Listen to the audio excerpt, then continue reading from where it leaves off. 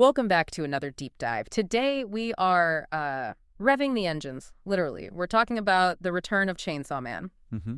But before you settle in for just a standard season recap, I need you to reset your expectations. We are not just talking about a TV show, we're talking about a franchise that is fundamentally changing how it hits our eyeballs. It's a massive shift. I mean, we're moving from the living room to the cinema. Exactly. The big news we're unpacking today is the official announcement of Chainsaw Man the movie. Reze Arc. It's coming to Crunchyroll. It's coming to theaters. And based on what we're seeing, it's going to be absolute chaos. Chaos is definitely the right word. The announcement explicitly uses the phrase theatrical mayhem. It does. And when you look at the specific creative team they've assembled for this movie, which, sees some pretty big changes from the first season, and the specific narrative arc they've chosen to adapt, mayhem feels like a promise, not just a tagline. See, that's what I want to dig into, because on the surface, it's just, hey, cool, a movie. But when you peel back the layers, the director swap, this specific Reze storyline, the content explosion language, it feels like Mario's trying to do something very specific here. They are. They're redefining the scope of the series. The first season was grounded, almost cinematic in a live-action way. This movie is being pitched as a grand cinematic entrance. They want spectacle. They want a global event. So our mission today is to figure out if they can actually pull that off. We're going to look at the release details, the massive stakes for our boy Denji, and this creative powerhouse team that's supposedly going to deliver a mix of heartbreak and adrenaline. And we have to talk about that content explosion aspect, because they dropped way more than just movie news. Oh, we will get there. But let's start with the headline, the Reze Arc movie. We finally have a window. Spring 2026. Spring 2026. Now, I know for some fans that feels like a lifetime away. I was going to say, that's a serious... Wait, we're talking years between anime content here. Is that a risk? It is a risk, sure. In the streaming era, attention spans are short. Mm. But look at the platform, Crunchyroll.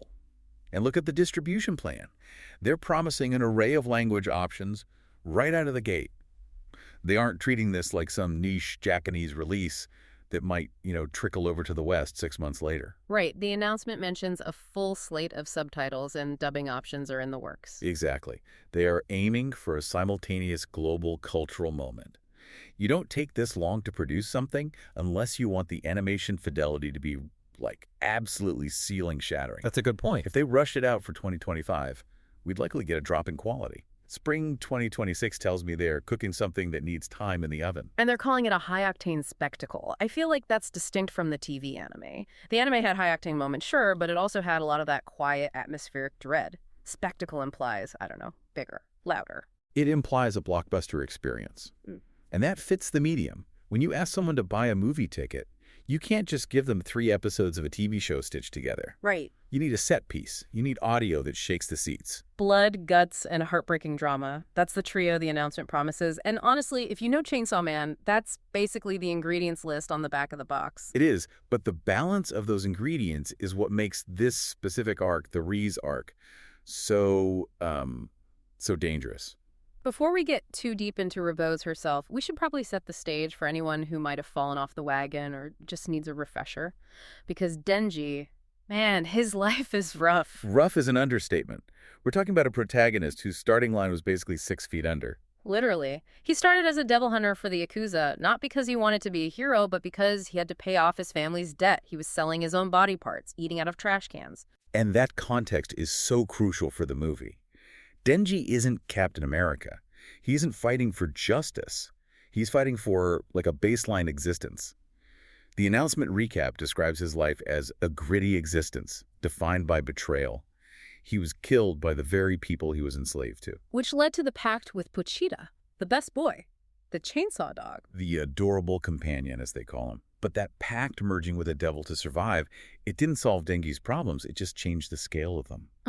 He went from being abused by the Yakuza to being a pawn in a world full to the brim with devils and betrayal. He traded a debt collector for enigmatic foes lurking behind the scenes. He leveled up, but so did his enemies. Precisely. And that's where we find him leading into this movie. He has the power of the Chainsaw Man, he has a job, he has food, but emotionally, he is still that kid desperate for connection. He's still incredibly vulnerable to anyone who shows him even a shred of affection. And enter Reze, the captivatingly complex girl mentioned in the title card. This is where the genre shifts. Chainsaw Man is an action series, yes. But the Reze Arc, this is a romance. A deadly romance, to use the announcement's phrasing. A romance in Chainsaw Man. Yeah. That sounds like walking into a fireworks factory with a lit match. That is a perfect analogy. The central theme of this movie is explicitly stated. Love is both a weapon and a weakness. Oof, that hits hard. Well, think about Denji. What is his biggest weakness? It's not a physical vulnerability. He can regenerate. His weakness is his desire to be loved. Reze disrupts his chaotic life, not by punching him, but by intriguing him, by offering him that connection he's starved for. But the announcement also calls her complex, and in this universe, complex usually means hiding a massive secret that will probably try to kill you. He usually does.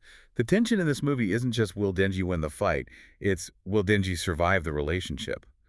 The text mentions that this arc forces him to navigate his most perilous challenges yet, and in a world where survival seems like a privilege few can afford, adding heartbreak to the mix is lethal. Survival is a privilege. That line stuck with me.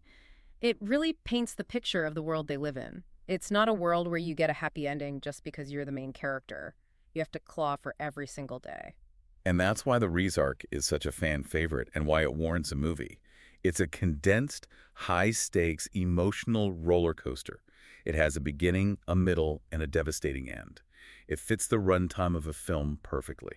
But to capture that specific vibe, that mix of like awkward teen romance and absolute gore fest, you need a very specific creative touch. And this is where the announcement gets really interesting for the animation nerds out there. The staff list. This is the creative powerhouse section. We know the studio is MPA. That's a given. They're the titans of the industry right now. If you want something to look expensive, you go to Play PA. Correct. But the name in the director's chair is the one causing the biggest stir. Tatsuya Yoshihara. Now, hold on. For the casual viewer, why does that name matter? Wasn't the first season directed by someone else? It was. Season 1 was directed by Ryu Nakayama, and Nakayama had a very, very specific vision. He wanted Chainsaw Man to feel like live-action cinema. It was grounded, the colors were muted, the pacing was deliberate. It was beautiful, but some fans felt it lacked the unhinged energy of the manga. Right, I remember that discourse. People wanted more pop, more madness. Well, Tatsuya Yoshihara is the answer to that prayer. Yoshihara is known for dynamic, chaotic, high-energy action. He's an animator's director. He loves playing with camera angles, impact frames, speed. So by switching from Nakayama to Yoshihara for the movie, they are signaling a visual pivot. 100%. Moving to Yoshihara suggests they are leaning into that high-octane spectacle description. Yeah. They want this movie to move fast and hit hard. It's likely going to be more colorful, more fluid, and perhaps a bit more anime in the best possible way. That makes sense for a movie. You want that energy on a big screen. But you can't just have action. We just talked about how this is a heartbreaking drama, so who is handling the story beats? That falls to the screenplay writer, Hiroshi Seiko. I feel like I see his name on every major anime these days. You do. Jujutsu Kaisen, Mob Psycho 100. He's the go-to guy for adapting dense, action-heavy manga. But his real skill, and why he's perfect for the Reze Arc, is his ability to balance tone. Because that's the hardest part of Chainsaw Man, right? It's funny, then it's gross, then it's incredibly sad, all in the span of like 2 minutes. Exactly. Seiko is renowned for blending intense action with deep emotional arcs. He knows when to let the action breathe and when to let the characters just talk. With a movie runtime, pacing is everything. You can't waste a second. Seiko is a master of efficiency. And then bringing it all together, we have the sound, the score. Kensuke Ushio. The man is a legend. He is. And the announcement describes his score as enchanting, which is an interesting word choice for a movie about devils. It is. You'd expect terrifying or pounding. But enchanting speaks to the romance aspect. Ushio is incredible at creating soundscapes that feel alien, but also deeply emotional. The announcement says the music sets the stage for both epic confrontations and poignant moments. That duality again. Always. Ushio's music often sounds like a beautiful melody being played on a broken synthesizer. It's glitchy, it's weird, but it makes you cry. That is Chainsaw Man in a nutshell. So we have MPA production values, Yoshihara's kinetic direction, Seiko's pacing, and Ushio's emotional score. It sounds like they have assembled the Avengers of anime production for this. It's a statement of intent. They aren't just making a movie. They're trying to make the best anime movie of 2026. But wait, there's more.